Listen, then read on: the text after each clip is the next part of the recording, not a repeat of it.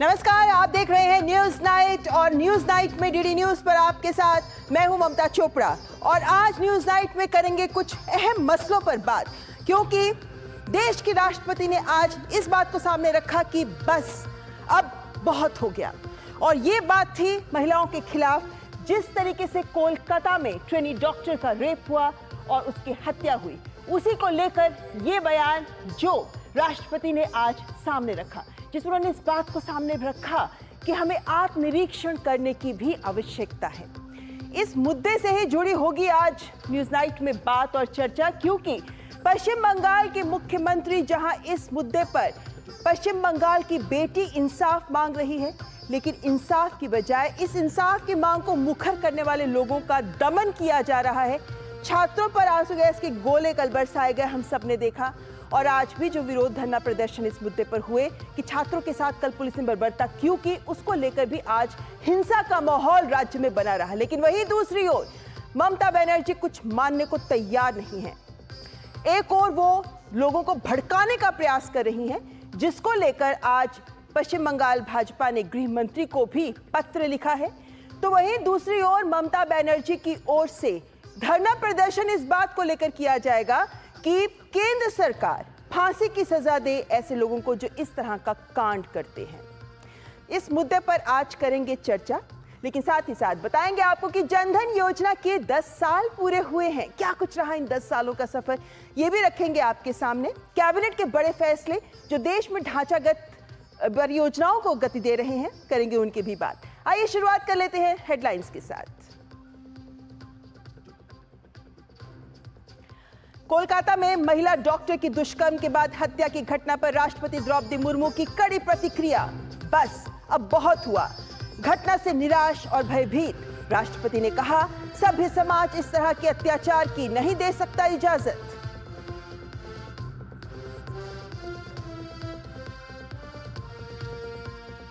पश्चिम बंगाल की मुख्यमंत्री ममता बनर्जी का भड़काऊ बयान, कहा बंगाल में आग लगी तो उत्तर प्रदेश, असम, पूर्वोत्तर और दिल्ली सब जगह लगेगी आग।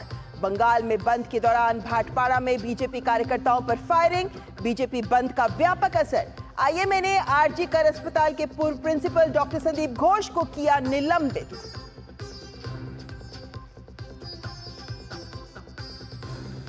डॉक्टरों की सुरक्षा के मुद्दे पर सुप्रीम कोर्ट के निर्देश के बाद स्वास्थ्य सचिव ने सभी राज्यों के डीजीपी और मुख्य सचिव को लिखा पत्र। अस्पताल परिसर में सुरक्षा पेट्रोलिंग और 24 घंटे सिक्योरिटी कंट्रोल रूल समेत तत्काल कई एहतियाती कदम उठाने के दिए निर्देश।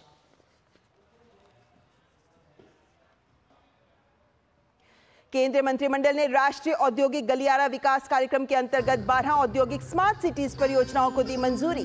10 राज्यों में 28,602 करोड़ रुपए का होगा निवेश।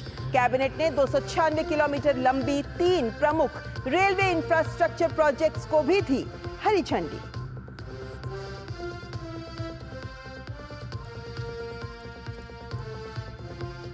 कैबिनेट ने 234 नए शहरों में निजी एफएम रेडियो शुरू करने को दी मंजूरी। पूर्वोत्तर क्षेत्र में जल विद्युत परियोजनाओं के विकास के लिए इक्विटी भागीदारी के लिए केंद्रीय वित्तीय सहायता को भी मंजूरी।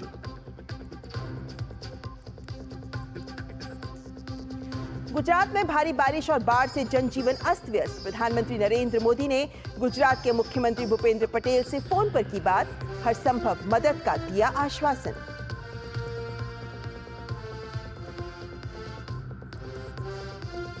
प्रधानमंत्री जनधन योजना के गौरवशाली 10 वर्ष पूरा होने पर पीएम मोदी ने दी लाभार्थियों को शुभकामनाएं। कहा, जनधन योजना से गरीबों को आर्थिक रूप से सशक्त बनने और सम्मान के साथ जीवन जीने का मिला अवसर।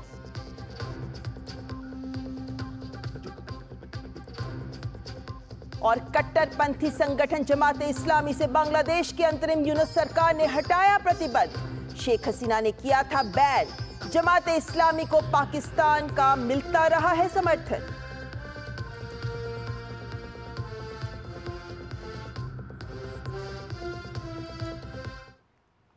आइए देखते हैं खबरें विस्तार से। कोलकाता में महिला डॉक्टर के रेप और हत्या की घटना पर राष्ट्रपति द्रौपदी मुर्मू की कड़ी प्रतिक्रिया सामने आई है। राष्ट्रपति द्रौपदी मुर्मू ने कोलकाता घटना की घोर निंदा करते हुए कहा कि बस अब बहुत हो गया, मैं निराश और भयभीत हूं। राष्ट्रपति ने कहा कि निर्भया के बाद 12 वर्षों में अनगिनत बलात्कारों को समाज भूल चुका है। ये सामूहिक भूलने की बीमारी अप्रिय है। राष्ट्रपति ने कहा कि देश में किसी भी हिस्से में महिलाओं के खिलाफ हुई क्रूरता से दुख पहुंचता है। वहीं उन्होंने सभी के लिए मार्शल आर्ट और आत्मरक्षा प्रशिक्षण के महत्व का भी उल्लेख किया। उन्होंने कहा कि अक्सर निम्न स्तर की मानसिकता महिलाओं को कम शक्तिशाली, कम सक्षम, कम बुद्धिमान समझती है। राष्ट्रपति मुर्मू ने कहा कि समाज को ईमानदार, निष्पक्ष आत्मनिरीक्षण की जरूरत है। तो देश की राष्ट्रपति की ओर से महिलाओं के खिलाफ जो अपराध देश में हो रहे हैं, उसी के संदर्भ में कुछ महत्वपूर्ण और कड़े शब्दों में राष्ट्रपति ने अपनी भावनाओं को सामने रखा है। बंगाल की डॉक्टर बेटी को उसके साथ हुई दरिंदगी के लिए न्याय अवश्य मिले। हर देशवासी यही चाहता है और इसी न्याय के लिए आवाज बुलंद हुई तो ममता बनर्जी की सरकार ने छात्रों पर आंसू गैस के गोले बरसा दिए। भाजपा ने विरोध किया तो उन्हें बम गोलियों का सामना करना पड़ा, लेकिन अब अदालत ने धरने की इजाजत भाजपा को दे दी है। लेकिन इस मसले पर ममता कानून व्यवस्था बनाए रखने की बजाय विवादित, भड़काने वाले बयान दे रही हैं। हालात सुधारने की बजाय स्वयं कह रही हैं कि मैं बदला नहीं लेती, लेकिन अब जो करना है करो। और इस बीच इंडियन मेडिकल एसोसिएशन की डिसिप्लिनरी कमेटी ने आरजी कर हॉस्पिटल के पूर्व प्रिंसिपल संदीप घोष को निलंबित कर दिया है। ये तस्वीरें भाजपा के राज्यव्यापी पश्चिम बंगाल बंद के आह्वान के राज्य में व्यापक असर की तस्दीक करती हैं। वीरान सड़कें, दुकानें बंद, लेकिन वहीं भाजपा कार्यकर्ताओं पर हमले। पुलिस के भाजपा कार्यकर्ताओं पर बर्बर हमले भी देखने को मिले, लेकिन हालात इस कदर हिंसक हो गए कि शांतिपूर्ण तरीके से प्रदर्शन कर रहे प्रदर्शनकारियों पर पुलिस ने बल प्रयोग किया और टीएमसी के कथित गुंडों ने बम गोलियों के प्रयोग किए, जिसमें भारतीय जनता पार्टी सदस्य दीप्त रूप मंडल, युवा मोर्चा के महासचिव अभीक मंडल समेत अन्य कार्यकर्ता गंभीर रूप से घायल हो गए। कितने ही कार्यकर्ताओं को हिरासत में भी लिया गया। टीएमसी लगातार भाजपा पर राजनीति करने का आरोप लगा रही है, जिसे लेकर भाजपा ने ममता सरकार पर करारा हमला बोला और कोलकाता रेप केस में ममता सरकार के रवैये को न्याय का मजाक और संविधान की मूल भावना पर आघात करार दिया। जैसे सरकार का मुखौटा कुछ और दिख रहा है पश्चिम बंगाल में और मुख कुछ और दिख रहा है, उसी प्रकार से इस प्रेस कॉन्फ्रेंस में शब्द कुछ है और भाव क्या है ये सबको समझ में आ रहा है। मैं पश्चिम बंगाल की मुख्यमंत्री ममता जी से कहना चाहता हूं, महोदया, इस पीड़िता के साथ न्याय का विषय चुनाव का विषय नहीं है। ये सबूतों के आधार पर कानून की अदालत में साबित होकर दोषियों को सजा दिलाने का विषय है। यह न्याय का विषय है, चुनाव का विषय नहीं है। पश्चिम बंगाल में महिला डॉक्टर की हत्या और बलात्कार के मामले में भाजपा को कलकत्ता हाई कोर्ट से धरने की अनुमति मिल गई है, लेकिन भाजपा नेता ममता बनर्जी के इस्तीफे की मांग के साथ राज्य की बिगड़ती कानून व्यवस्था को लेकर सवाल उठा रहे हैं। पश्चिम बंगाल में लॉ एंड कुछ नहीं है और एक महिला को जस्टिस नहीं दे पाया, उसके पुलिस छात्रों के ऊपर लाठीचार्ज किया है। लाठीचार्ज के कल जैसे रूप कोलकाता ने देख लिया, पूरा देश ने देख लिया है। ये साबित हो गया है कि ममता बनर्जी महिला को जस्टिस नहीं देंगे, दोषी को बचाने का कोशिश कर रहे हैं। इस मामले में स्वयं अदालत की ओर से फटकार मिलने और जांच को प्रभावित करने जैसे सवालों में घिरी ममता बनर्जी ने एक और दाव चलते हुए कहा है कि अगले सप्ताह विधानसभा का विशेष सत्र बुलाया जाएगा और दुष्कर्म के लिए मृत्यु दंड सुनिश्चित करने के लिए 10 दिनों के भीतर एक विधेयक पारित कर इसे राज्यपाल के पास भेजा जाएगा। अगर वो इसे पारित नहीं करते हैं तो राजभवन के बाहर धरना देंगे। वहीं टीएमसी के छात्र संघ को संबोधित करते हुए जिस प्रकार ममता बनर्जी ने छात्रों को भड़काने का प्रयास किया, उसे लेकर सुकांत मजूमदार ने केंद्रीय गृह मंत्री अमित शाह को पत्र लिखकर इसका संज्ञान लेने को कहा है। पत्र में लिखा गया है कि ममता बनर्जी ने राष्ट्र विरोधी बयान देते हुए अपने संबोधन में कहा कि मैंने कभी बदला नहीं लिया, पर अब जो करना है वो करो। याद रखो, अगर बंगाल जलेगा तो असम, झारखंड, ओडिशा और दिल्ली भी जलेंगे। ये बयान किसी संवैधानिक पद पर बैठे व्यक्ति के नहीं हो सकते। उनके बयान धमकाने, हिंसा भड़काने और लोगों के बीच नफरत फैलाने का प्रयास है। उन्हें तुरंत इस्तीफा देना चाहिए। दरअसल कोलकाता में ट्रेनी डॉक्टर से बलात्कार और हत्या के बाद ममता सरकार लगातार बैकफुट पर है। मंगलवार को सरकार ने न बनना अभियान प्रोटेस्ट को रोकने के लिए छात्रों की आवाज दबाने के लिए वाटर कैनन और आंसू गैस का भी इस्तेमाल किया, जिसके विरोध में भाजपा अपनी आवाज बुलंद कर रही है। कोलकाता से प्रसेनजीत बख्शी के साथ ब्यूरो रिपोर्ट, डीडी न्यूज। अजीब स्थिति है इस राज्य में, पश्चिम बंगाल में, जहां स्वयं मुख्यमंत्री कानून व्यवस्था बनाए रखने की बजाय स्वयं धरने प्रदर्शन की बात कर रही हैं, लेकिन जो लोग शांतिपूर्ण तरीके से अपने लोकतांत्रिक हक के तहत धरना प्रदर्शन करते हैं, उन पर गोलियां बरसाई जाती हैं, आंसू गैस के गोले बरसाए जाते हैं, वाटर कैनन्स बरसाए जाते हैं। कहा जाता है ये गैर कानूनी है। करते हैं इसी पर चर्चा। आज हमारा विशेष इसी से जुड़ा हुआ है, क्योंकि ये विशेष ये कहता है कि मुखर हुई ममता बनर्जी के इस्तीफे की मांग, जो हालात है राज्य में उसको लेकर अब ये मांग चौतरफा से उठ रही है कि ममता बनर्जी को इस्तीफा दिया जाना चाहिए। हमारे साथ जुड़ रहे हैं इस वक्त विशेष मेहमान राधिका रॉय, बीजेपी की प्रवक्ता हमारे साथ जुड़ी हुई हैं। अनिंदर सिन्हा रॉय भी हमारे साथ जुड़े हैं, जो टीएमसी के समर्थक हैं, और साथ ही प्रकाश चंडालिया जी, जो राष्ट्रीय महानगर के एडिटर है, कोलकाता से सीधे हमारे साथ जुड़ रहे हैं। सभी मेहमानों का स्वागत करते हैं। और सबसे पहले अनिंदर सिन्हा रॉय, आप ही से मुखातिब होना चाहूंगी मैं, क्योंकि जो हालात बन गए हैं राज्य के, वो कई सवाल खड़े कर रहे हैं, जिसके जवाब हम ये उम्मीद करते हैं कि आप सीधे तौर पर आज इस चर्चा में देंगे। सबसे पहले मैं उस बात से शुरू करती हूँ जिसको लेकर गृह मंत्री को पत्र लिखा गया है, जिसमें ममता बनर्जी के आज दिए गए बयानों को कोट किया गया है। बंगाल जलेगा तो तमाम अन्य राज्य भी जलेंगे, अब बस जो करना है वो करो।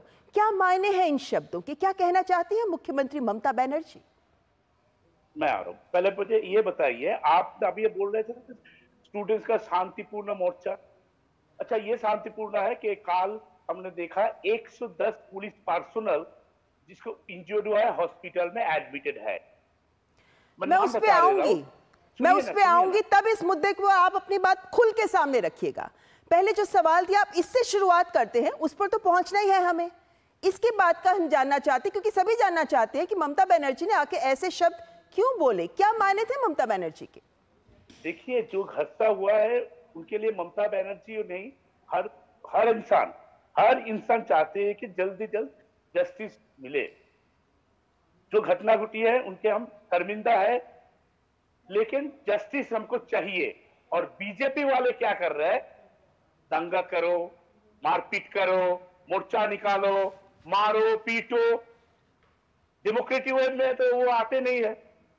355, 356 डालो किसी भी तरफ। अब जस्टिस उनको नहीं चाहिए, उनको कुर्सी चाहिए। बीजेपी वालों को कुर्सी चाहिए, वो जस्टिस से हट गया है। उनसे कुर्सी का उस कुर्सी से मतलब है। आज वो लोग स्लोगन दे रहा था कि एक दफा ना क्या बोल रहे हैं कि हमको कुर्सी चाहिए, ममता बनर्जी रिजाइन करो। अरे भाई, जस्टिस देगा सुप्रीम कोर्ट के अंदर उधर है, इन्वेस्टिगेशन कर रहे हैं सीबीआई इन्वेस्टिगेशन ठीक से नहीं कर पा रहा है, किसी को कुछ पता नहीं है। आज 14 दिन हो गया, क्या हो रहा है नहीं हो रहा है किसी को कुछ पता नहीं है, और एक भी अरेस्ट नहीं हुआ है। लेकिन बीजेपी वाले उसे कोई मतलब नहीं है। वो लोग चाहते हैं कल बंगाल यहाँ आओ, यहाँ आके दंगा फसाद करो। बीजेपी वाले, भाजपा वाले यही चाहते हैं। चले निंदो जी, आप भाजपा पे सीधा आरोप लगा रहे हैं कि वो जो भी कर रहे हैं सिर्फ कुर्सी के लिए कर रहे हैं। राज्य में सब ठीक है, आपके कहने का मतलब यही हुआ, राज्य में कुछ भी गलत नहीं हो रहा है, ऐसे में आप क्यों शोर मचा रहे हैं? राधिका जी। बनर्जी को कुर्सी चाहिए थी तो वो 34 साल सीपीआईएम के राज के बाद वो आई। तो हम सियासत को इस केस से कभी परे नहीं कर सकते हैं। पहले तो मैं इनको पूछना चाहती हूँ, ये जो डेमोक्रेसी की बात कर रहे हैं, लोकतंत्र में सबको पता है कि वेस्ट बंगाल में, पश्चिम बंगाल में इसका आपको कहीं से कोई भी चिन्ह नहीं मिलेगा क्योंकि ये एक अराजकता का एक राज्य है जहां पे एक हिटलर जैसी औरत और महिला इसको चलाती है गुंडों के साथ। तो हम इनके ऊपर जितना बोलेंगे वो कम होगा। अखबार सब पढ़ते, सोशल मीडिया सब देखते, पूरे देश को पता है कि बंगाल में जब इलेक्शंस होते तब क्या हाल होता है बीजेपी के वर्कर्स को, इत्यादि इत्यादि। पर हम उस बात पे नहीं कहेंगे। आज इनको अब तक अगर उन्हें पता नहीं चला है कि ये जो प्रदर्शन हो रहा है ये लोगों का प्रदर्शन है, नहीं तो आप बताएं अगर अलग अलग फुटबॉल टीम के जो युद्ध के मैदान पे खड़े हो जाते हैं जब फुटबॉल की मैच चलती है, चाहे वो ईस्ट बंगाल हो या मोहन बगान हो या मोहम्मडन स्पोर्टिंग हो, वो क्यों एक साथ आए हैं? हर एक उम्र के लोग आए हैं एक साथ। ये कह रहे ये स्टूडेंट्स का नहीं था भाई साहब, मैं कहूंगी भाई साहब को कि जरूर ये स्टूडेंट्स का नहीं था, क्योंकि स्टूडेंट माँ बाप से पैदा होते हैं, उनके माँ रहेंगे, बाप रहेंगे, बहन रहेंगे, आजू बाजू वाले रहेंगे। क्योंकि ये एक आज ये जो प्रदर्शन हम देख रहे हैं बंगाल के ये लोगों का है, और बंगाल ने ये बता दिया कि हम सोए हुए थे, हम डरे हुए थे। चलिए, यानी बंगाल के लोग अपने बंगाल की बेटी के लिए न्याय मांगने के लिए सड़कों पर उतरे। उसको भाजपा की इस मांग से कहीं नहीं जोड़ा जाना चाहिए कि मुख्यमंत्री को इस्तीफा देना चाहिए। जी जी, चलिए हम आगे बढ़ते हैं। हमारे साथ इस वक्त वरिष्ठ पत्रकार भी जुड़े हुए हैं, प्रकाश चंडालिया जी। प्रकाश जी, एक बात तो स्पष्ट है कि राज्य में पिछले आज और कल में जो हुआ वो लोकतंत्र के मूल्यों की संरक्षा के तौर पे बिल्कुल गलत हुआ। छात्रों के ऊपर पुलिस की बर्बरता और उन छात्रों के ऊपर पुलिस की बर्बरता के विरोध में बीजेपी का आज सड़कों पर उतरना, क्या ममता बनर्जी कहीं कोई नैरेटिव अलग सेट करने का प्रयास कर रही हैं? जब वो सीबीआई पे आरोप लगाती हैं कि कुछ निकल के नहीं आ रहा, भाजपा पे आरोप लगाती हैं कि ये तो पश्चिम बंगाल को बदनाम करने की साजिश कर रहे हैं, हिंसा पर आरोप लगाती हैं कि ये तो बाहर के लोग कर रहे हैं।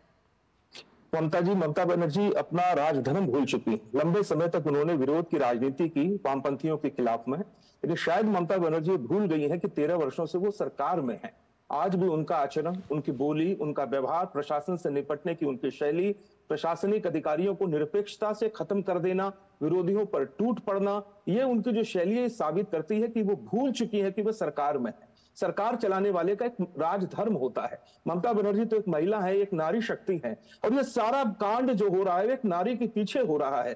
किस प्रकार एक नारी के साथ में, कितनी उम्मीदों के साथ में उन्होंने डॉक्टर के करियर को चुना था, और इन 20 दिनों में जो घटनाक्रम हुआ है उसने सरकार की पोल को खोल दिया है। और अब जनता इतने दिनों के बाद में खुल करके, राधिका जी ने जैसा कहा कि अब स्वतः स्फूर्त भाव से जनता सड़कों पर आने के लिए बाध्य हुई है। आज ममता बनर्जी की पार्टी के छात्र दिवस का एक दिवस का समारोह था, उसमें ममता बनर्जी ने 3-4 बहुत बड़ी बातें कही हैं, और मुझे लगता है कि इसके मायने बहुत दूर तक जाएंगे। ममता बनर्जी ने आज ये कहा कि मैं जब सरकार में आई थी तब हमने नारा दिया था कि बदला नहीं, बदलाव की राजनीति करूंगी। आज ममता बनर्जी ने, अनिंदो बाबू बैठे हैं, वो इस बात को स्वीकार करके ईमानदारी से बताइए कि ममता बनर्जी ऐसा कहा कि नहीं कहा, कि जब ममता बनर्जी ने कहा कि बदला नहीं, बदलाव की राजनीति मैंने शुरू करी थी, लेकिन अब वो बंद हो गया है।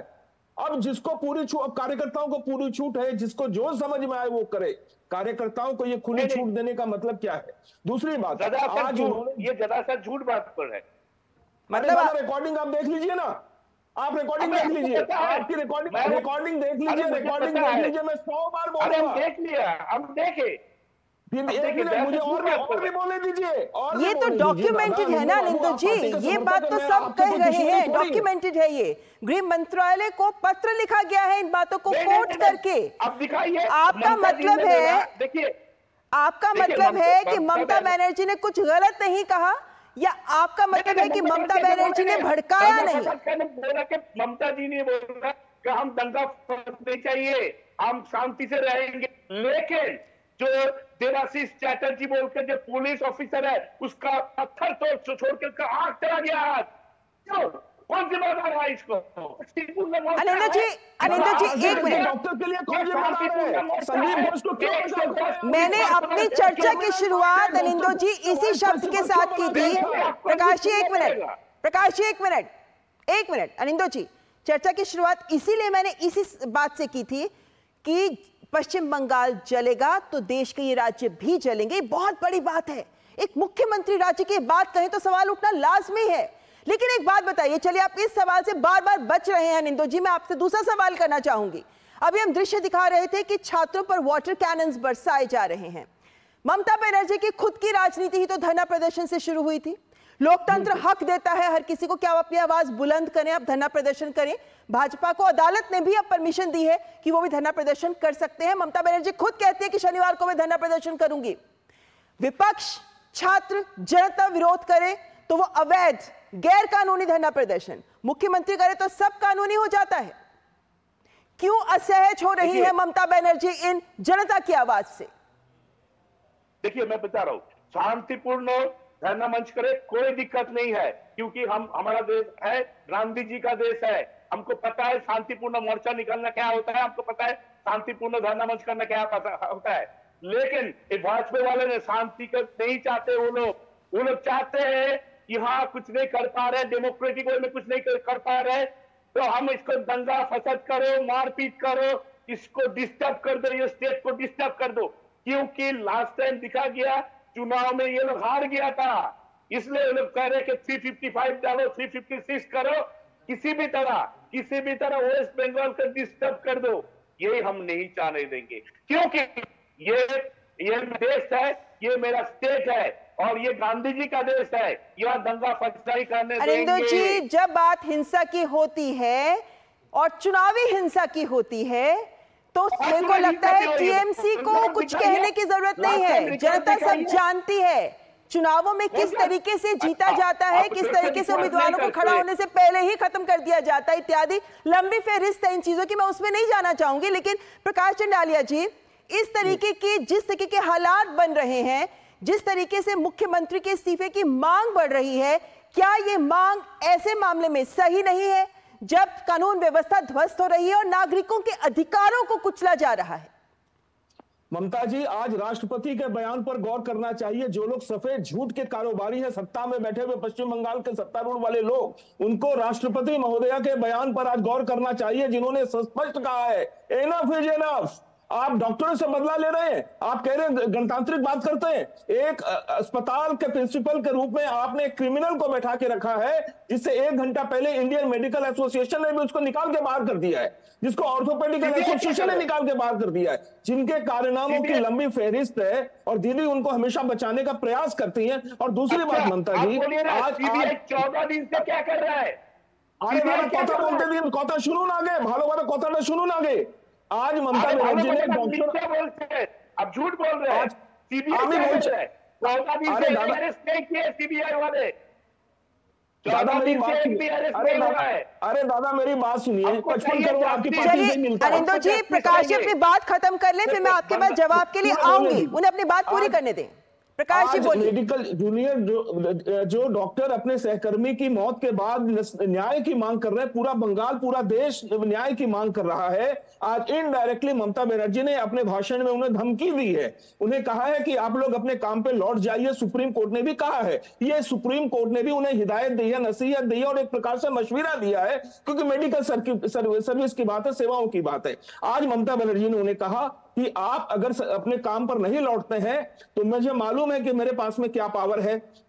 मैं अगर कानून का सहारा लूंगी, आपके पासपोर्ट रद्द हो जाएंगे, आपका वीजा रद्द हो जाएगा, आपको कहीं नौकरी नहीं मिलेगी। और इसके बाद में जूनियर डॉक्टर्स, उन लोगों ने भी जवाब दिया है कि हम आपकी बात से डरने वाले नहीं हैं। ममता बनर्जी ने आज मीडिया को भी धमकी दी है, यूट्यूबर्स को, सोशल मीडिया के लोगों को भी धमकी दी है। और सबसे बड़ी बात है, कहा है कि मैं सारे लोगों की खबर रखती हूं। जो ममता बनर्जी आरजी कर कांड के प्रिंसिपल की खबर नहीं रखती और 7,000 लोगों का प्रदर्शन अस्पताल में हो जाता है, उनका पुलिस प्रशासन व्यर्थ साबित हो जाता है, उसकी खबर नहीं रख पाता है, वो ममता बनर्जी आज नवान्नों में हिल चुकी है, उनकी सत्ता हिल चुकी है। इसी प्रकार का शासन वामपंथियों के दौर में जब हुआ था, ममता बनर्जी ऐसे ही आंदोलन करके ऊपर आई थी। एक और बात आज उन्होंने कही कि विरोधी पार्टियां लाश की राजनीति करती हैं। माफ कीजिएगा अनिंदो बाबू, आपकी पार्टी को मैं चैलेंज करके कहता हूं, मुझे साबित करिए अगर मैं गलत हूं तो। लाश की राजनीति करने का अगर कोई विश्वविद्यालय है तो उसकी कुलपति आपकी पार्टी की नेत्री है। इससे ज्यादा लाश की राजनीति पूरे देश में किसी ने नहीं की होगी। आज भी 21 जुलाई को आप लाश की राजनीति करते हैं। कांग्रेस के लोग मारे गए थे और उसको आपने हाईजेक कर लिया और तृणमूल के बैनर पर आज भी 21 जुलाई की मीटिंग होती है।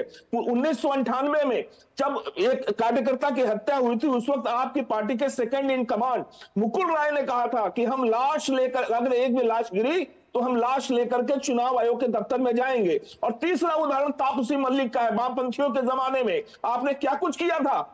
क्या कुछ नहीं किया था आपने। महिलाओं को आप सुरक्षा नहीं दे पाते। मां माटी और मानुष की बात करते हैं। प्रकाश जी, पूरे बंगाल के संदेश खाली में हजारों महिलाओं ने रो रो करके चिल्ला करके कहा था कि हमारी यशवंत पार्टी के कार्यालय में लूटी जा रही है, और आप उस शाहजहां का बयान करती रह गई। प्रकाश जी, हम समझ सकते हैं कि ये एक ऐसा मुद्दा है जिस पर बहुत आक्रोश है लोगों के बीच भी, और ममता बनर्जी सरकार ने जिस तरीके से इस पूरे मामले को पहले ही दिन से, जब ये बात सामने आई तब से ही इसे दबाने की कोशिश की, इसको सुसाइड बनाने की कोशिश की, जिस तरीके से तोड़फोड़ की गई आरजी कर में, जिस तरीके सबूतों को नष्ट किया गया, जिसको लेकर अदालत ने भी टीएमसी को घेरा। निंदो जी, तमाम सवाल खड़े होते हैं कि स्वयं स्वास्थ्य मंत्री, गृह मंत्री, मुख्यमंत्री स्वयं है, उसके बावजूद अगर वो सुरक्षा नहीं दे पा रही, सुरक्षा तो छोड़िए, अगर वो कोई ऐसी घटना घटती है तो उसमें भी महिलाओं के साथ खड़ी हुई नजर नहीं आती, जांच को ईमानदारी से आगे नहीं बढ़ाती, जवाबदेही तय नहीं करती, उल्टा प्रिंसिपल को दूसरे कॉलेज में ट्रांसफर कर दिया जाता है। क्या ये सवाल खड़े नहीं करता कि मुख्यमंत्री स्वयं नैतिक आधार पर ही मुख्यमंत्री रहने की जिम्मेदारी खो चुकी है? देखिए, मैं कह रहा हूं, अर्जुन चौरासिया बोल के एक बीजेपी कर्मकर्ता का देहांत हो गया, सुसाइड किए, और बीजेपी वाले ने बोला कि ममता बनर्जी का पार्टी टीएमसी ने उसको मार के लटका दिया। और मेरा हम लोग का होम मिनिस्टर अमित शाह जी जाके बोले कि हाँ, ममता बनर्जी का पार्टी इसको लटका दिया, लेकिन पोस्टमार्टम रिपोर्ट आए सुसाइड किए। तो लाश का राजनीति कौन करता है? नंबर 1।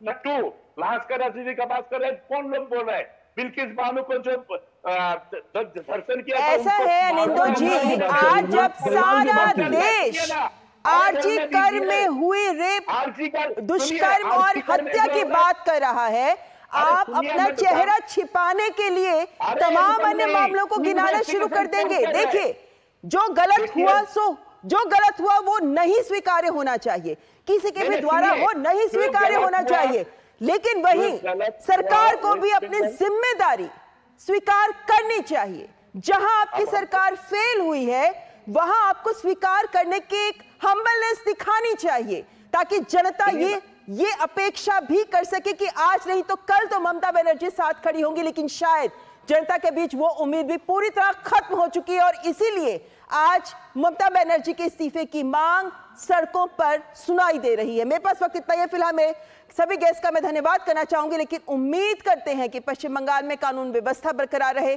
महिलाओं की सुरक्षा बरकरार रहे। और वहीं डॉक्टरों की सुरक्षा को लेकर हम जानते हैं कि राष्ट्र स्तर पर केंद्र सरकार भी कदम उठा रही है। इस मुद्दे पर सुप्रीम कोर्ट के निर्देश के बाद आज गृह सचिव और स्वास्थ्य सचिव ने भी सभी राज्यों के डीजीपी और मुख्य सचिव से बात की, और इस बाबत स्वास्थ्य सचिव अपूर्व चंद्रा ने सभी राज्यों के डीजीपी और मुख्य सचिव को पत्र भी लिखा, और इस पत्र में उन्होंने डॉक्टरों के कार्यस्थल पर सुरक्षा सहित तमाम मुद्दों को हल करने के निर्देश दिए। उन्होंने लिखा कि इस संबंध में कुछ तात्कालिक उपाय हैं जिन पर अमल किया जाए। इसमें स्वास्थ्य कर्मियों की सुरक्षा के लिए राज्य कानूनों और भारतीय न्याय संहिता की प्रासंगिक धाराओं को दंडात्मक या जुर्माने के विवरण के साथ अस्पताल परिसर के अंदर स्थानीय भाषा और अंग्रेजी में प्रदर्शित किया जाए। इसके अलावा उचित सुरक्षा उपायों की रणनीति बनाकर उन्हें लागू करने के लिए वरिष्ठ डॉक्टर्स और प्रशासनिक अधिकारियों को भी शामिल किया जाए। साथ ही अस्पताल सुरक्षा समिति और हिंसा रोकथाम समिति का भी गठन किया जाए। मरीज के परिचारकों या रिश्तेदारों के लिए सख्त आगंतुक पास नीति बनाई जाए। विभिन्न ब्लॉक्स के तहत रेजिडेंट डॉक्टर्स और नर्सेज के सुरक्षित आवागमन की व्यवस्था भी की जाए। रात की ड्यूटी के दौरान छात्रावास भवन, अस्पताल परिसरों में नियमित सुरक्षा गश्त और परिसर में पूरा दिन कंट्रोल रूम की व्यवस्था भी की जाए, यानी 24 घंटे ये कंट्रोल रूम काम करना चाहिए। साथ ही निकटतम पुलिस स्टेशन के साथ प्रॉपर कनेक्टिविटी भी सुनिश्चित की जाए। इसके अलावा अस्पताल में यौन उत्पीड़न पर आंतरिक समिति का भी गठन किया जाए। उन्होंने लिखा कि अस्पताल परिसर के अंदर सभी सीसीटीवी कैमरास की स्थिति का भी जायजा लिया जाना चाहिए, ये सभी काम करने चाहिए। तो डॉक्टरों की सुरक्षा पर जो बैठक हुई है उसमें इन तमाम मुद्दों को लेकर केंद्र की ओर से ये तमाम मुद्दे सामने रखे गए हैं। राज्य सरकारों को पत्र भी लिखा गया है। फिलहाल यहाँ रुकेंगे एक ब्रेक के लिए। ब्रेक के बाद हाजिर होंगे दिन की और महत्वपूर्ण खबरों के साथ। आप देखते रहें न्यूज़ नाइट।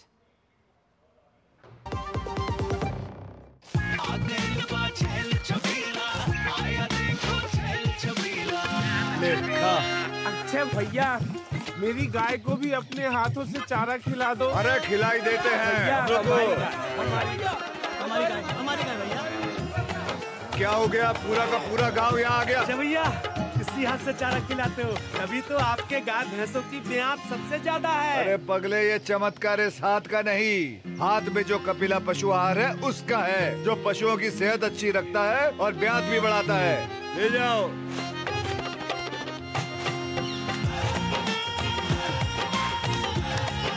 कपिला, देश का नंबर 1 पशु आहार। हाय मॉम, फिर से शॉपिंग? बाबूजी, आपने इसे बिगाड़ के रखा। लिमिट में करो तो कुछ बुरा नहीं होता है। बिना लिमिट शॉपिंग करेगी आपके कार्ड पे ऐड ऑन जो है। मैंने तो कार्ड पे लिमिट सेट कर दिया। अच्छा, इसके फायदे ये हैं कि रिस्क कम हो जाता है और अगर फ्रॉड भी हुआ तो तुरंत बैंक को बोल दीजिए, नुकसान कम। दादू, नेक्स्ट टाइम ये pink dress. You are the limit. Limit तो सेट है। आरबीआई कहता है, जानकार बनिए, सतर्क रहिए। बात जब पीढ़ियों के लिए बनने वाले घर की हो तो जिम्मेदारी बड़ी हो जाती है। गैलेंट समझता है ये जिम्मेदारी। अब डबल एम रिब्स के साथ गैलेंट एडवांस टीएमटी रीबार, निर्माण का रियल हीरो। भारत में सालाना हजारों लोग हाथी पांव नाम की बीमारी की चपेट में आकर जीवन भर के लिए अपाहिज हो जाते हैं। हाथी पांव एक मच्छर के काटने से फैलता है। हाथी पांव का कोई इलाज नहीं है। साल में सिर्फ एक बार सरकार द्वारा दी हुई मुफ्त दवाएं खाएं और इस बीमारी से अपने आप को और अपने परिवार को बचाएं। 10 अगस्त को हाथी पांव से बचाव की दवा अवश्य खाएं। अपने आप को और अपने परिवार को इस दर्दनाक बीमारी से बचाएं। भारत सरकार द्वारा जनहित में जारी। और बात कैबिनेट के फैसलों की करें तो आज प्रधानमंत्री की अध्यक्षता में कैबिनेट की अहम बैठक हुई, जिसमें कई महत्वपूर्ण निर्णय भी लिए गए, जिनमें रेल मंत्रालय की 3 नई परियोजनाओं को मंजूरी दी गई। राष्ट्रीय औद्योगिक गलियारा विकास कार्यक्रम के तहत 12 औद्योगिक शहरों को भी मंजूरी मिली है। एग्री इंफ्रा फंड और 234 शहरों में 730 नए एफएम रेडियो चैनल्स के विस्तार के साथ ही नॉर्थ ईस्ट के लिए भी हाइड्रो प्रोजेक्ट्स को इक्विटी सपोर्ट मुहैया कराने को भी मंजूरी दी गई। मोदी सरकार ने देश में विकास की गति तेज करने की दिशा में कई अहम फैसले किए हैं। कैबिनेट ने अलग अलग राज्यों में कुल 12 इंडस्ट्रियल स्मार्ट सिटी बनाने को मंजूरी दे दी है। इसके जरिए करीब 28,603 करोड़ रुपए का निवेश सरकार की तरफ से किया जाएगा। निजी क्षेत्र का निवेश मिला ले तो करीब 1.52 लाख करोड़ रुपए का निवेश इन कॉरिडोर में होगा, जिससे विनिर्माण क्षेत्र के विकास की रफ्तार तेज होगी और करीब 10 लाख नए रोजगार पैदा होंगे। इसमें प्रोजेक्ट्स को डिजाइन करने के टाइम में, सेलेक्ट करने के टाइम में इस चीज का बहुत विशेष ध्यान रखा जाता है कि वहां पे ट्रंक ट्रांसपोर्ट इंफ्रास्ट्रक्चर होना चाहिए, जैसे फ्रेट कॉरिडोर है, जैसे एक्सप्रेसवेज है। इनके दोनों तरफ का जो एरिया है, इनको इंडस्ट्रियल कॉरिडोर और उसमें इंडस्ट्रियल नोड्स डेवलप करने का प्रोजेक्ट है। करीब 10 लाख डायरेक्ट जॉब्स और 30 लाख इनडायरेक्ट एम्प्लॉयमेंट पोटेंशियल इससे क्रिएट होगा। इसके अलावा कैबिनेट ने रेलवे के 3 नए प्रोजेक्ट को भी मंजूरी दी है। करीब 6,456 करोड़ की लागत से ये 3 प्रोजेक्ट ओडिशा, झारखंड, पश्चिम बंगाल और छत्तीसगढ़ के कुल 7 जिलों को कवर करेंगे। इससे इन जिलों की लाखों की आबादी को फायदा होगा। रेलवे के 3 बहुत इंपॉर्टेंट प्रोजेक्ट्स अप्रूव किए कैबिनेट में माननीय प्रधानमंत्री श्री नरेंद्र मोदी जी ने। इसमें पहला प्रोजेक्ट है जमशेदपुर, पुरुलिया, आसनसोल।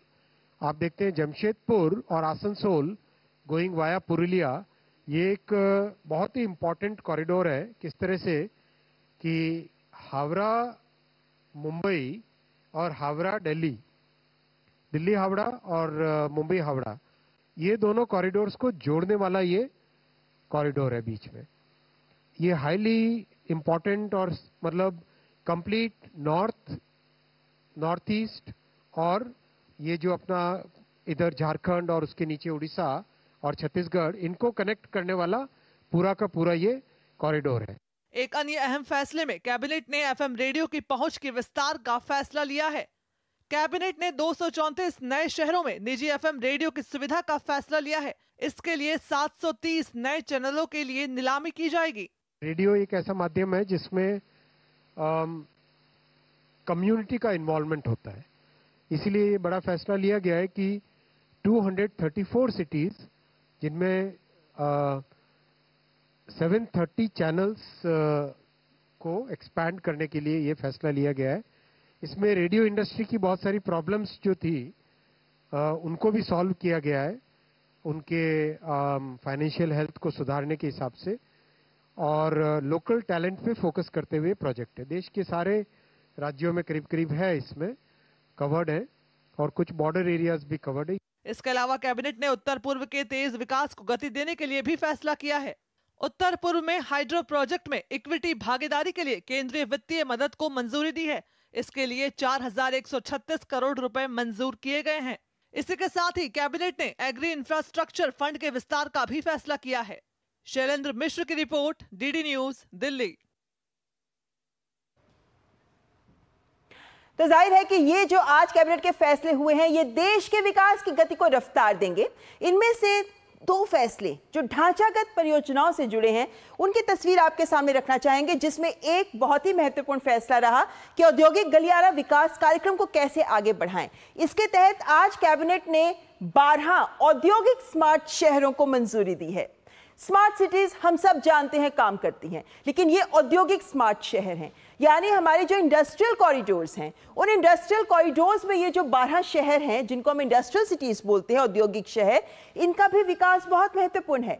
इसी के मद्देनजर आज मंजूरी दी गए फैसले इंपॉर्टेंट है, क्योंकि ये 10 राज्यों में 6 औद्योगिक गलियारे हैं जिनमें ये 12 शहर हैं। अगर इनको ध्यान से देखें तो विभिन्न राज्यों में जो इंडस्ट्रियल कॉरिडोर्स हैं ये उन्हीं पर पड़ते हैं, चाहे हम पंजाब की बात करें जहां राजपुरा है, उत्तर प्रदेश आगरा और प्रयागराज है यहाँ, या फिर हम धोलेरा की बात करें गुजरात में, या फिर महाराष्ट्र में दिल्ली की बात करें, और इसी तरीके से बिहार में गया की बात करें, और उसके साथ साथ दक्षिण भारत के राज्यों की बात करें। ये जो 12 शहर हैं जिनको आप बिंदु के हिसाब से देख सकते हैं, ये तमाम शहर वो शहर हैं जो इन मायनों में महत्वपूर्ण है कि इन सब का विकास औद्योगिक गलियारों के हिसाब से होगा, ताकि यहाँ पर जो सुविधाएं विकसित हो रही हैं उन सुविधाओं से जो इंडस्ट्री की भी जरूरतें हैं उन जरूरतों को भी पूरा किया जा सके। इसके बाद अगर हम आगे बढ़ें तो 3 रेल परियोजनाएं हैं जिन्हें हम आपके सामने रखना चाहेंगे। इन 3 रेल परियोजनाओं में एक है बरगढ़ नवापाड़ा रोड। दरअसल ये परियोजनाएं इसलिए महत्वपूर्ण हैं कि जो हमारे औद्योगिक गलियारे हैं उनमें जो गैप्स हैं उन गैप्स को इस तरह की रेल परियोजनाओं के माध्यम से पूरा किया जाएगा ताकि विकास आगे बढ़ सके। बरगढ़ नवापाड़ा रोड आप देख सकते हैं कि बरगढ़ से नवापाड़ा, और ये छत्तीसगढ़ ओडिशा, जहां पर हम देखते हैं 138 किलोमीटर की दोहरी लाइन है जिसको यहां पर बनाया जाएगा।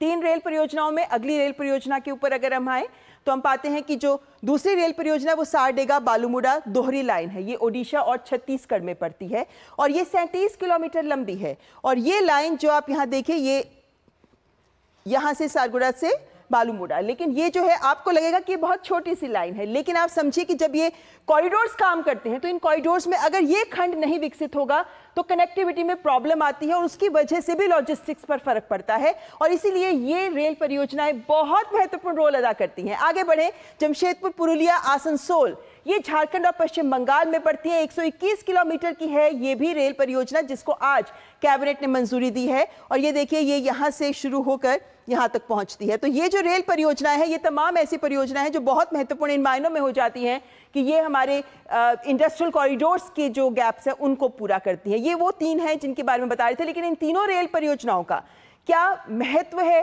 क्या प्रभाव है, वो भी आपके सामने रखना चाहेंगे, क्योंकि देखें तो ओडिशा, झारखंड, पश्चिम बंगाल, छत्तीसगढ़, ये 4 राज्य हैं जिनके 7 जिलों से होकर ये सब गुजरेंगी और इसलिए तीनों रेल परियोजनाएं इन राज्यों के लिए बहुत महत्वपूर्ण हैं। पूर्वोदय से होगा भारत का उदय, ये प्रधानमंत्री कहते हैं और उसी को नारे को आगे बढ़ाती हैं ये योजनाएं भी। इनमें 300 किलोमीटर का एक नया रेल ट्रैक बनाया जा रहा है जो तमाम क्षेत्रों तक विकास भी पहुंचाएगा। 2028-29 तक का लक्ष्य रखा है। हम जानते हैं कि सरकार जब लक्ष्य रखती है तो उसको वक्त से पहले ही पूरा करने की भी कोशिश करती है, लेकिन साथ ही रोजगार सृजन के मायनों में भी ये तीनों योजनाएं बहुत महत्वपूर्ण है। 114 लाख मानव दिवस के रोजगार का भी सृजन होगा, लेकिन साथ ही इसके तहत 14 नए रेलवे स्टेशन बनेंगे। जब नए रेलवे स्टेशन बनते हैं तो पूरा क्षेत्र है जो विकास के लिए आगे बढ़ता है। ऐसे में आकांक्षी जिले भी पीछे नहीं है। 2 आकांक्षी जिले भी इनमें शामिल हैं जिनकी कनेक्टिविटी बढ़ जाएगी। 1300 गांव, 11 लाख लोग हैं जिन्हें इन रेल परियोजनाओं से फायदा हो पाएगा। तो महत्वपूर्ण रहेंगी ये रेल परियोजनाएं, क्योंकि जब ये बन जाएंगी तो इन दूर दराज के क्षेत्रों में भी लोगों को विकास की बयान मिल पाएगी। फिलहाल यहाँ रुकेंगे एक ब्रेक के लिए। आप देखते रहें न्यूज़ नाइट। शादी का किचन महके जहां, गोल्डी किचन किंग मसाले हो वहां। गोल्डी लाए हैं फ्रेश लॉक टेक्नोलॉजी जो रखे मसालों को हर समय फ्रेश। काट! सुरक्षा की गारंटी हर चीज में जरूरी है, चाहे वो मुश्किल स्टंट हो या अच्छी फसल। इसलिए ले आइए IIL के ट्रैक्टर ब्रांड का शिनबा, जो देता है सुंडी और ट्रिप से सुरक्षा की गारंटी। It's another 6. रिचार्ज, जल्दी रिचार्ज करा। ये क्या किया? मैच तो गया। पेमेंट कैसे करेंगे? टोकनाइज कार्ड से। टोकन? हाँ, ऑनलाइन पेमेंट के लिए RBI लाए हैं टोकनाइजेशन। एक बार कार्ड डिटेल्स, OTP, CVV डालकर टोकन जनरेट कीजिए। कार्ड भी सुरक्षित और बार बार डिटेल्स भरने की नो झंझट। वही सुविधा अधिक सुरक्षित। ऑलराउंडर हो कि मैं RBI कहता है कि जानकार बनिए, सतर्क रहिए।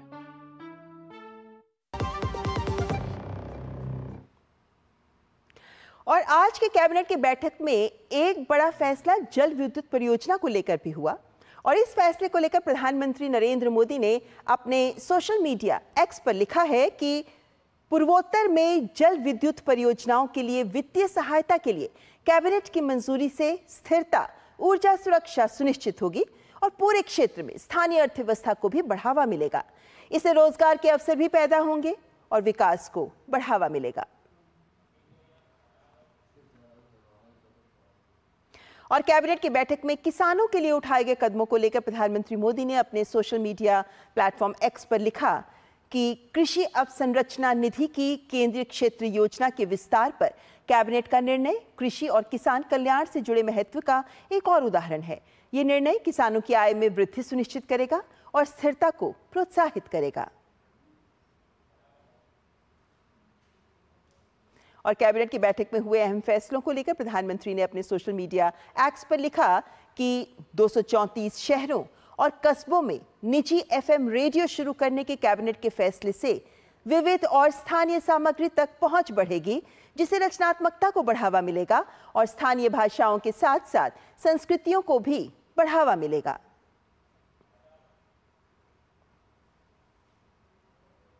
प्रधानमंत्री नरेंद्र मोदी ने प्रगति के 44वें संस्करण की बैठक की अध्यक्षता की। ये पीएम मोदी के तीसरे कार्यकाल की पहली बैठक थी। बैठक में 7 महत्वपूर्ण परियोजनाओं की समीक्षा की गई, जिसमें सड़क संपर्क से संबंधित 2 परियोजनाएं, 2 रेल परियोजनाएं और एक परियोजना कोयला, बिजली और जल संसाधन क्षेत्रों की है। 11 राज्यों और केंद्र शासित प्रदेशों की इन परियोजनाओं की कुल लागत 76,500 करोड़ रुपए है। ये परियोजनाएं उत्तर प्रदेश, उत्तराखंड, झारखंड, महाराष्ट्र, राजस्थान, गुजरात, ओडिशा, गोवा, कर्नाटक, छत्तीसगढ़ और दिल्ली से संबंधित हैं। प्रधानमंत्री ने जोर दिया कि केंद्र या राज्य स्तर पर सरकारों के प्रत्येक अधिकारी को इस तथ्य के बारे में जागरूक किया जाना चाहिए कि परियोजनाओं में देरी से न केवल लागत बढ़ती है, बल्कि जनता को परियोजना के इच्छित लाभों से भी वंचित होना पड़ता है। पीएम मोदी ने जोर दिया कि एक पेड़ मां के नाम इस अभियान परियोजना विकास के दौरान पर्यावरण की सुरक्षा में मदद कर सकता है। इस दौरान प्रधानमंत्री ने अमृत 2.0 और जल जीवन मिशन से संबंधित जन शिकायतों की भी समीक्षा की। पीएम ने जिला स्तर पर जल संसाधन सर्वेक्षण के संचालन और स्रोत स्थिरता पर जोर दिया। प्रधानमंत्री ने मुख्य सचिवों को अमृत 2.0 के तहत कार्यों की व्यक्तिगत रूप से निगरानी करने की सलाह भी दी। और आगे न्यूज नाइट में बात करेंगे जनधन योजना की, लेकिन उससे पहले यहां रुकेंगे एक ब्रेक के लिए। बात जब पीढ़ियों के लिए बनने वाले घर की हो तो जिम्मेदारी बड़ी हो जाती है। गैलेंट समझता है ये जिम्मेदारी। अब डबल एम रिम्स के साथ गैलेंट एडवांस TMT रीबार, निर्माण का रियल हीरो।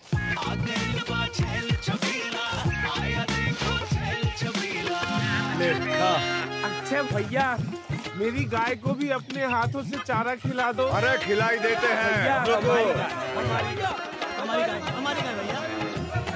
क्या हो गया? पूरा का पूरा गांव यहाँ आ गया। अच्छा भैया, किसी हाथ से चारा खिलाते हो, तभी तो आपके गाय भैंसों की ब्यात सबसे ज्यादा है। अरे पगले, ये चमत्कार इस हाथ का नहीं, हाथ में जो कपिला पशु आहार है उसका है, जो पशुओं की सेहत अच्छी रखता है और ब्यात भी बढ़ाता है। ले जाओ।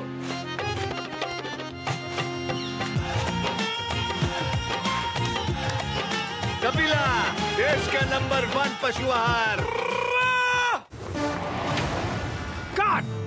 सुरक्षा की गारंटी हर चीज में जरूरी है, चाहे वो मुश्किल स्टंट हो या अच्छी फसल। इसलिए ले आइए IIL के ट्रैक्टर ब्रांड का शिनबा, जो देता है सुंडी और ट्रिप से सुरक्षा की गारंटी। शादी का किचन महके जहां, गोल्डी किचन किंग मसाले हो वहां। गोल्डी लाए हैं फ्रेश लॉक टेक्नोलॉजी, जो रखे मसालों को हर समय फ्रेश। साल 2014, जब मोदी सरकार ने सबका खाता भाग्य विधाता इस स्लोगन के साथ जनधन योजना की शुरुआत की। पीएम मोदी के आह्वान के बाद इस योजना के उद्घाटन के पहले ही सप्ताह में 1 करोड़ 80 लाख बैंक खाते खोले गए। Guinness book of world records के मुताबिक 23 से 29 अगस्त 2014 के बीच पूरी दुनिया में एक सप्ताह में सबसे अधिक 1 करोड़ 80 लाख से ज्यादा बैंक खाते भारत में खोले गए। आज इस योजना को शुरू हुए 10 साल हो गए हैं। आइए देखते हैं कहां तक पहुंची है दुनिया के सबसे बड़े वित्तीय समावेशन की योजना, प्रधानमंत्री जनधन योजना।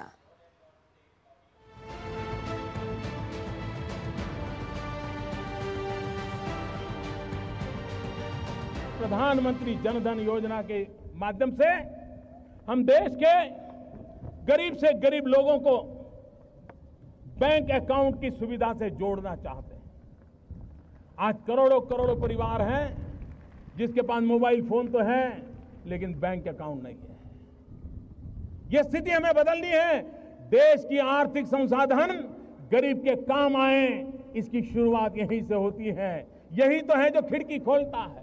और इसलिए प्रधानमंत्री जनधन योजना के तहत जो अकाउंट खोलेगा उसको डेबिट कार्ड दिया जाएगा और डेबिट कार्ड के साथ हर गरीब परिवार को बीमा सुनिश्चित कर दिया जाएगा, ताकि उसके जीवन में कोई संकट आया परिवारजनों को 1 लाख रुपए का बीमा मिल सकता है। साल 2014 में लाल किले की प्राचीर से पीएम मोदी ने जब मिशन मोड में सरकार की पहली योजना की शुरुआत की तो किसी को भी अंदाजा नहीं था कि ये दुनिया की सबसे बड़ी वित्तीय समावेशन योजना बन जाएगी। गरीबों को अर्थव्यवस्था की मुख्य धारा में शामिल करने के लिए पीएम जनधन योजना को 28 अगस्त 2014 को लॉन्च किया गया। मार्च 2015 में जनधन खातों की संख्या 14.52 करोड़ थी, जो 2024 में 53.15 करोड़ पर है। उस समय इन खातों में करीब 15,600 करोड़ जमा थे, जो अब बढ़कर 2.31 लाख करोड़ हो गए हैं। जनधन योजना के तहत खोले गए खातों में 55.6% से अधिक खाते महिलाओं के हैं। रुपए डेबिट कार्ड की संख्या 13.15 करोड़ से बढ़कर 36.14 करोड़ पर पहुंच गई है। योजना के तहत खोले गए कुल खातों में से 66.6% खाते गांवों और कस्बों में हैं। जनधन खातों को मोबाइल और आधार संख्या के साथ जोड़ने के बाद सरकार को लाभार्थियों की पहचान आसान हो गई और सरकारी योजनाओं का लाभ पहुंचाने के लिए जनधन आधार मोबाइल की आधारभूत संरचना ने गवर्नेंस के नए मॉडल डीबीटी व्यवस्था को जन्म दिया। डीबीटी के जरिए बीते 10 सालों में 34 लाख करोड़ रुपए लाभार्थियों के खातों में सीधे पहुंचाए गए हैं। साथ ही महिला सशक्तिकरण को भी काफी फायदा हुआ है। कई दशकों में जो प्रोग्रेस होना था ये इस 10 साल में हो गया है। अब तक मतलब जनधन में 53 करोड़ मतलब 53 करोड़ पार्टिसिपेंट्स उसमें अकाउंट होल्डर्स हैं, 53 करोड़ अकाउंट होल्डर्स है और जिसमें कि ज़्यादातर 55% वीमेन है और 66% जो है रूरल और सेमी अर्बन एरियाज में है। आगे और भी बहुत टारगेट और सारे माइलस्टोन अचीव करना है। क्यों इतना लोकप्रिय है जनधन खाता? पीएम जनधन योजना दुनिया का सबसे बड़ा वित्तीय समावेशन कार्यक्रम है जो जीरो बैलेंस के साथ खोला जा सकता है। प्रत्येक खाता धारक को फ्री रुपए डेबिट कार्ड प्रदान किया जाता है। इसके साथ ही हर खाते पर 2 लाख रुपए के दुर्घटना बीमा कवर का भी लाभ मिलता है। हर खाते पर इस योजना के तहत 10,000 रुपए ओवरड्राफ्ट की सुविधा भी है। कोविड के दौरान जनधन खातों में धनराशि पहुंचाने में काफी मदद मिली। असमय मृत्यु की स्थिति में इन खातों से जुड़ी बीमा राशि ने बड़ी राहत दी। 2018 के बाद बीमा राशि और ओवरड्राफ्ट सुविधाओं में बढ़ोतरी की गई। आज गांव में 5 किलोमीटर के दायरे में बैंकिंग सेवाएं पहुंच रही हैं।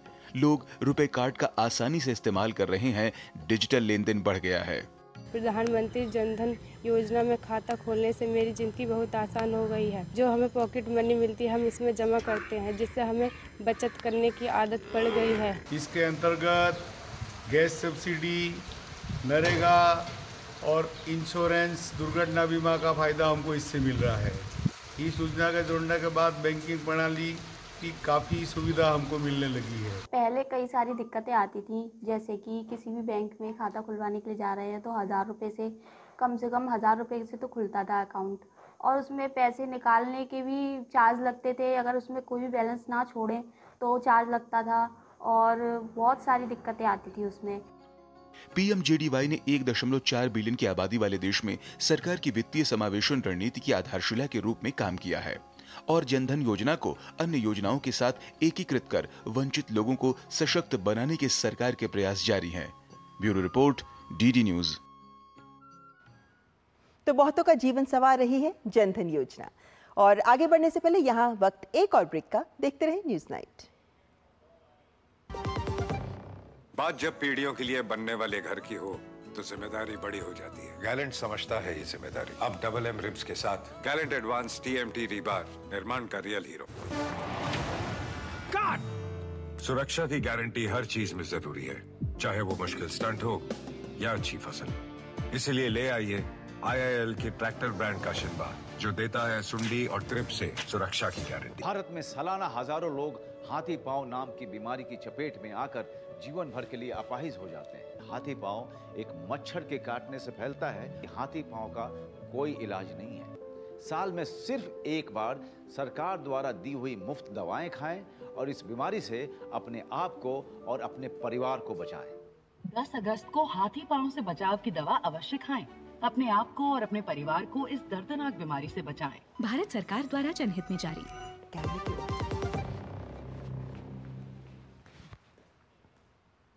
और ब्रेक के बाद अब बात मौसम की करें तो देश के अलग अलग हिस्सों में बाढ़ का कहर जारी है।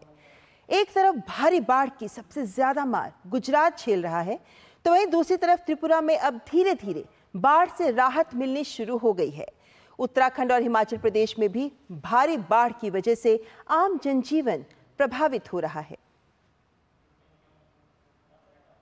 और अब खबर बांग्लादेश से, जहां अंतरिम सरकार ने जमाते इस्लामी और उसकी छात्र शाखा इस्लामी छात्र शिविर की राजनीतिक गतिविधियों पर लगे प्रतिबंध को हटा दिया है। बांग्लादेश में प्रोफेसर मोहम्मद यूनुस के नेतृत्व वाली अंतरिम सरकार ने राजपत्र अधिसूचना में औपचारिक रूप से ये घोषणा की। राजपत्र अधिसूचना में कहा गया है कि चूंकि बांग्लादेश जमाते इस्लामी और उसके छात्र संगठन इस्लामी छात्र शिविर के आतंकवाद और हिंसा में शामिल होने का कोई ठोस सबूत नहीं है।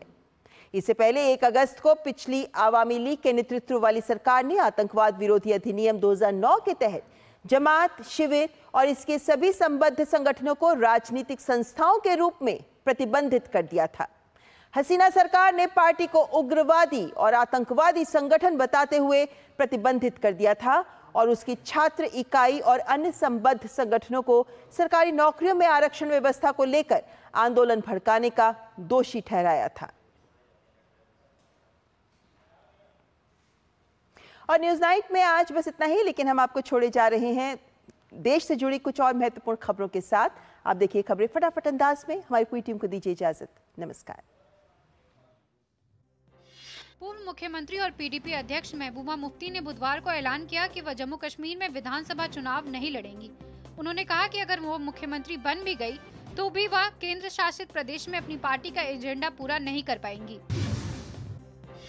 केंद्रीय श्रम और रोजगार मंत्री मनसुख मांडविया ने बुधवार को केंद्रीय ट्रेड यूनियनों के साथ बैठक की। उन्होंने बताया कि इस बजट में ELI योजना के द्वारा देश में 2 करोड़ से ज्यादा रोजगार सृजन करने के लिए 2 लाख करोड़ रुपए का प्रावधान किया गया है। इस प्रावधान के आधार पर लोगों को रोजगार की सुविधा मिलेगी। पेंशन एवं पेंशन भोगी कल्याण विभाग सुशासन के एक हिस्से के रूप में सेवानिवृत्त होने वाले अधिकारियों को सेवानिवृत्ति प्रक्रिया में सुविधा प्रदान करने के लिए पूरे देश में सेवानिवृत्ति पूर्व परामर्श कार्यशालाएं आयोजित कर रहा है। दिल्ली हाई कोर्ट ने डीप फेक के खतरे पर चिंता जाहिर करते हुए केंद्र सरकार से कहा है कि वो इस मामले पर लगाम कसने के लिए कदम उठाए। हाई कोर्ट ने कहा कि आज जमाना ऐसा है कि हम जो खुद अपनी आंखों से देख रहे हैं या कानों से सुन रहे हैं उस पर भी यकीन किया जा सकता है, क्योंकि हो सकता है कि वो झूठ हो। डीप फेक समाज के लिए खतरा बन चुका है और सरकार को उसे रेगुलेट करना चाहिए। दिल्ली के old Rajendra Nagar coaching centre में हुए हादसे के मामले में बेसमेंट के 4 मालिकों ने दिल्ली हाई कोर्ट में जमानत याचिका दाखिल की है। इससे पहले निचली अदालत ने यह कहते हुए जमानत देने से इनकार कर दिया था कि जांच अभी शुरुआती स्टेज पर है। बिहार कैडर के 1990 बैच के IPS अधिकारी राजविंदर सिंह भट्टी को CISF का DG नियुक्त किया गया है। वहीं उत्तर प्रदेश कैडर के 1990 बैच के IPS अधिकारी दलजीत सिंह चौधरी को BSF का DG नियुक्त किया गया। Vice admiral Rajesh Dhankhar project sea bird के महानिदेशक नियुक्त किए गए हैं। उन्होंने बुधवार को अपना कार्यभार संभाला। कारवार नौसेना बेस पर वर्तमान में यह सबसे बड़ा रक्षा बुनियादी ढांचे का प्रोजेक्ट है।